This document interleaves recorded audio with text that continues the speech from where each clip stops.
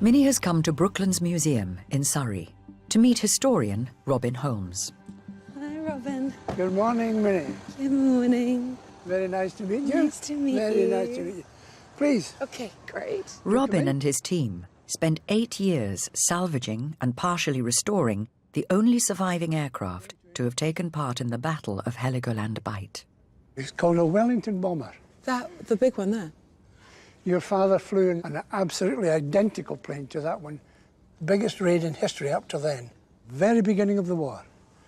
He was in a very prominent position. He was right at the very front of it in the gun turret. Wow. This is a photograph that was taken on the raid as your father flew across the harbour. This aircraft here dropped 3 500-pound bombs on these German ships. Okay. And another plane, but we don't know which one it was, could have been your father's plane, also dropped bombs on those ships. And then that's when the Luftwaffe hit them like a ton of bricks. Did they know what was coming at them? Not really, no. The Germans were using their new Messerschmitts. That's the Bf-109D. Very fast. Very fast. 350 Deadly. miles an hour. That was the very latest fighter that the Germans had. The bombers were defending themselves with these. That's a 303 rifle bullet. And that's what your father was defending the aircraft with. What the Germans were attacking them with were these. That's a 20mm cannon shell. And the German fighters were equipped with those. So you can see the disparity there. This was their ammunition, and this was our ammunition. Yes. Actually, there was an account of this whole battle, and that was published at the time for sixpence. Epics of the RAF. Yes. There we go. Another Wellington forced out of its formation was swooped on by a swarm of German fighters, which swept over it continuously, spraying it with machine gun fire. The bottom of the front gun turret had been blown away, and the turret set on fire. Later, I heard from the lips of the pilot himself the story of that nightmare journey home. My gunner was very prompt with the fire and beat it out with his gloved hands. That's Dad. That's your father, yes. But for him, the aircraft would have been well alight in a few seconds. His quick action saved our lives.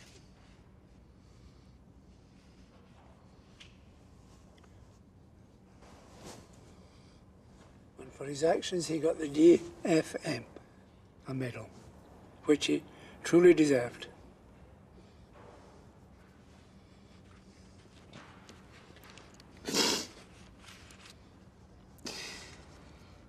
I gotta read this next bit, because it's good. Please, please. When the bottom of the gun turret was blown away, the gunner found that his leg was dangling in the air over the water, but his huddled position kept him from falling through the hole into the sea. It probably because he was so big as well.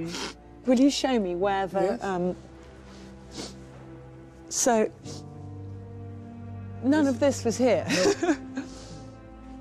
This was all shot away. So this is what they're saying, where his leg was dangling down? All the perspex had been shot away from the turret. I think it would be rather nice if you were to see where your father actually sat in the plane. Yeah. Right. Can you manage? Yep. Oh. Oh, my God. Now, if you go up and stand on the little platform. So, stand up there. Okay. Holy cow. Can you look forward? Can you look forward into the gun turret? Can you get along? Yeah. You've got to be kidding me. Nope. My dad was huge. I can't And he believe... had all his flying gear on as well, because it was very, very cold.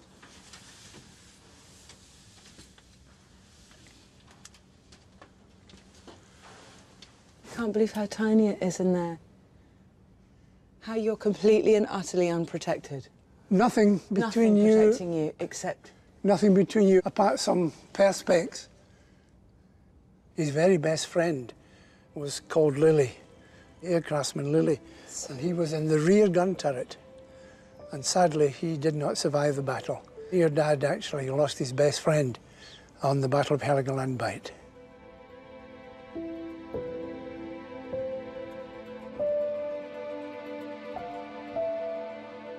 Ronnie Driver and his best friend, Walter Lilly, both belong to RAF 9 Squadron. While most of their contemporaries have passed away, one man who served alongside them is still alive. Minnie, I would like to introduce Mr. Derek Alloway. Hello. Hello, Minnie. Hello, Derek. I'm very proud to meet you.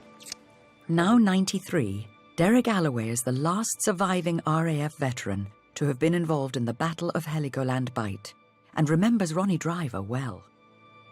So, how exactly did you know my dad? Ronnie used to be a mechanic working like I was working, looking after the aircraft. I think he joined the squadron just a little time after me. We did see each other quite a bit, roundabouts in the hangar or in the nappy or in the Honington Fox having a little drinky drink. Having a little drinky drink. That doesn't surprise me. Was he a happy young fellow? He was very happy, very happy. He was one of us, one of us. Were you there on the day of the Battle of Heligoland? I was there on the day. That I was there on the December. day when he took off. I don't suppose you remember how he was feeling on that morning, do you? The last time I saw him, he was taking stuff from his pocket, giving them to a friend of his, like his personal stuff. Yeah. You know, because Didn't know if you were coming back. that's right. That's when I last really saw him. And it wasn't until the next morning that we found out that Ronnie was one of the aircraft that ditched in the North Sea. You might care to read the official report of what actually happened to his aircraft. Aircraftman Driver subsequently succeeded in launching the dinghy and assisted in saving the remainder of the crew, some of whom were wounded. It was largely due to his exertions that the crew of this aircraft were brought to safety. That's right, that's right. That is right. He had to get the dinghy first. He made sure that the dinghy was out and that they got the dinghy and then he got the crew.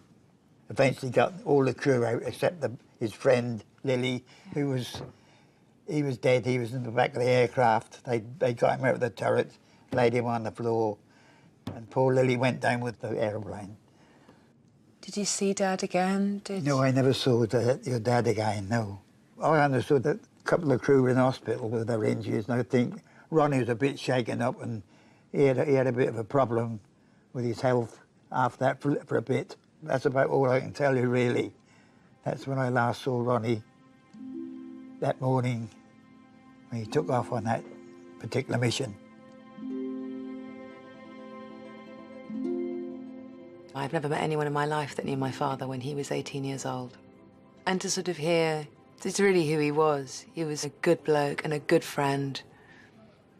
That's a really, really good feeling. It was quite shocking hearing that Dad was unwell at the end of that battle. And I really want to know what happened to him next because that's as much as I know.